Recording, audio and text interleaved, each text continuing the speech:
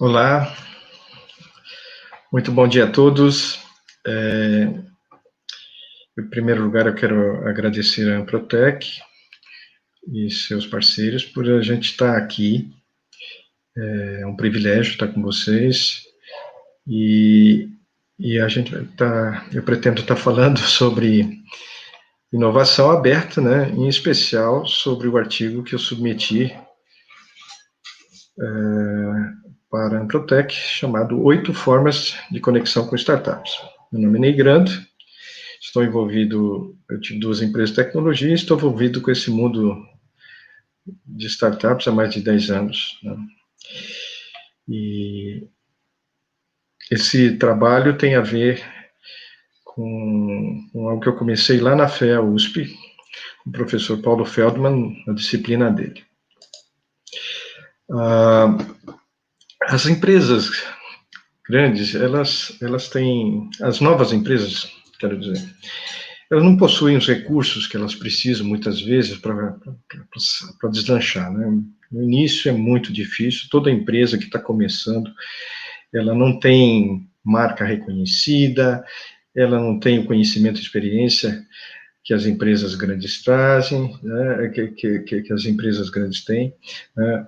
Então, o início é difícil. As startups, por outro lado, elas têm um adicional que complica essa questão, que tem a ver com as incertezas que elas têm a partir do momento que estão desenvolvendo produtos novos, incertezas técnicas, incertezas mercadológicas e outras, que envolvem o desenvolvimento de um novo produto, serviço inovador.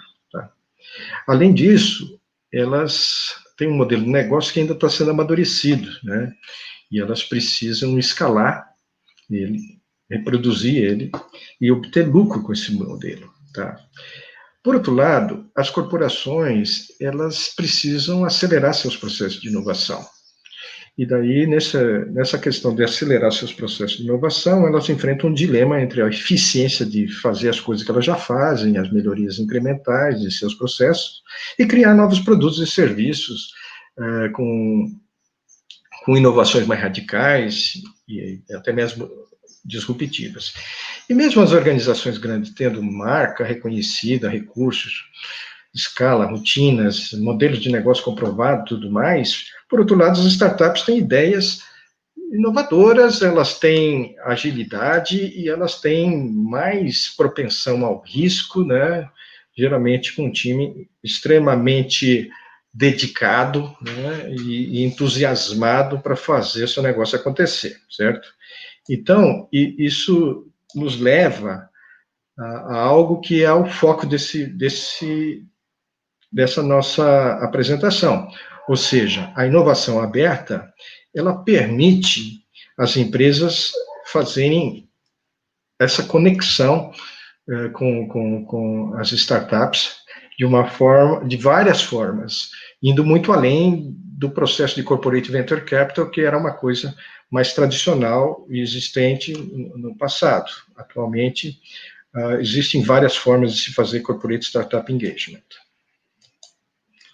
Bem, nós temos aqui uma revisão que foi feita da literatura, e se vocês observarem, a gente atuou tanto em cima desses... a gente trabalhou os 8 modelos de conexão que a gente vai estar apresentando, mas, assim, olhando não só para a academia, mas olhando também para o mercado no geral, via consultorias e outros cases, né, que você tem, práticos, e a própria vivência nossa, porque eu já como mentor de negócios, atuei dando mentoria para alguns programas que fazem esse tipo de trabalho, de engajamento entre corporações e startups, programas de Open Innovation. Aqui nós temos um artigo, a gente tem uma figura que representa alguns modelos conhecidos já no artigo de 2015 do Shersbrod com o Wiblem, e eles colocam alguns elementos interessantes. Por exemplo, a direção da inovação, se ela é de fora para dentro e de dentro para fora, a questão do envolvimento da empresa corporativa, né, ou empresa de médio e grande porte, que poderiam estar fazendo esse trabalho, se o envolvimento dela envolve participação no negócio da startup, ou seja, ter equity, ter uma parcela, ou não. Tá? Então, através disso, eles proporam alguns tipos de programas que poderiam ser de formas de fazer essa conexão. E um deles era o tradicional, capital de risco corporativo, já que ocorre entre startups maduras, né, e organizações, né? Já outros programas poderiam ser a aceleradora corporativa, que vai pegar e alavancar também uma startup que já esteja com seu protótipo, seu produto, para chegar lá, tá? Existe, por outro lado, de dentro para fora, ou seja, algo que a própria corporação faz com o seu pessoal, e ela cria para fazer depois esse spin-off e colocar como uma nova empresa no mercado, tá? Então, são programas de incubação corporativa. Existem programas de startups diversos, por exemplo, a Google Play, com a Apple Store, e tem outros, como é que se diz? Desculpa, estou falando errado aqui. Alguns programas para startups que estimulam a inovação externa para complementar e impulsionar a inovação corporativa existente. Plataformas de negócios das organizações, aqui no caso. Bem, o que a gente fez nesse artigo, adicionalmente, foi incluir parcerias que podem envolver a organização atuar como uma espécie de empresa anjo das startups, auxiliando elas a evoluírem através de compra de seus produtos e serviços. Isso é uma forma da organização se relacionar. Outra forma é através de eventos. E isso é a forma inicial mais recomendada quando a organização quer adquirir cultura sobre o tema. Então, nós temos diversos eventos, como hackathons, conferências e desafios, né? Agora, também incluímos aqui a visão de compartilhamento de recursos, onde a organização pode fornecer espaço de networking ou ferramentas gratuitas, né, como muitas organizações fornecem, ferramentas de desenvolvimento de software e outras coisas, para as startups. E parcerias de licenciamento de propriedade intelectual e tecnologia. Isso pode também a organização estar fazendo junto com as startups, ou seja, ela fornece alguma coisa e a startup desenvolve para ela, para colocar no mercado, mas a propriedade intelectual é dela, então ela tem participação. Pode acontecer o contrário também. Tentando resumir isso numa figura um pouco mais fácil de entender, e olhando também sobre as motivações, nós temos aqui alguns interesses, objetivos e expectativas, tanto da grande empresa quanto da startup, né? As organizações, elas querem rejuvenescer a sua cultura, né? Aprender com as startups, aprender com o que está acontecendo no mercado, com as novidades de mercado.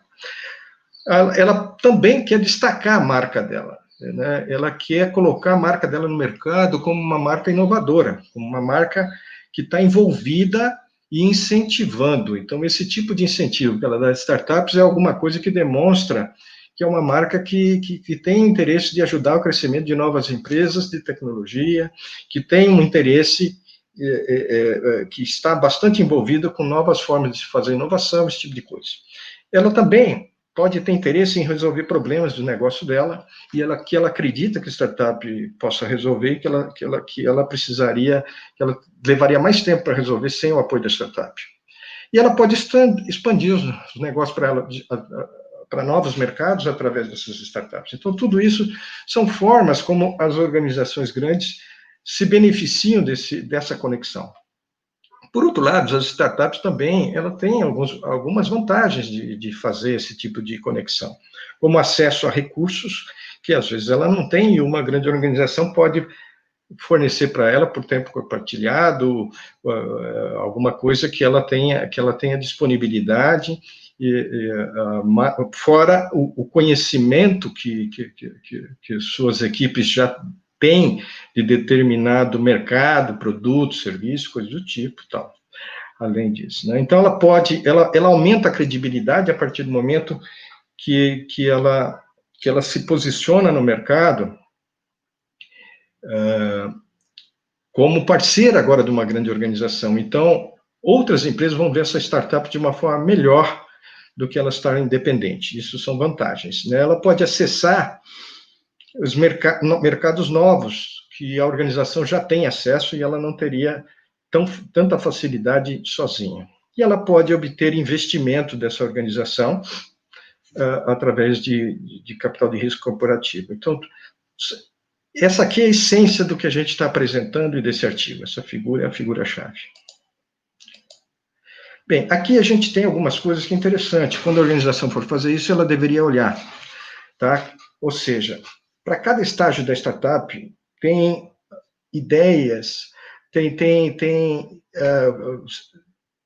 métodos que são mais apropriados, né? Então, por exemplo, na fase de ideação, mais apropriado é chegar através de hackathon, de conferências, de premiação, né? Então, promovendo eventos para conectar e se aproximar das startups. Isso aqui é a fase de namoro, né? Tá? Que a gente poderia dizer do processo, né?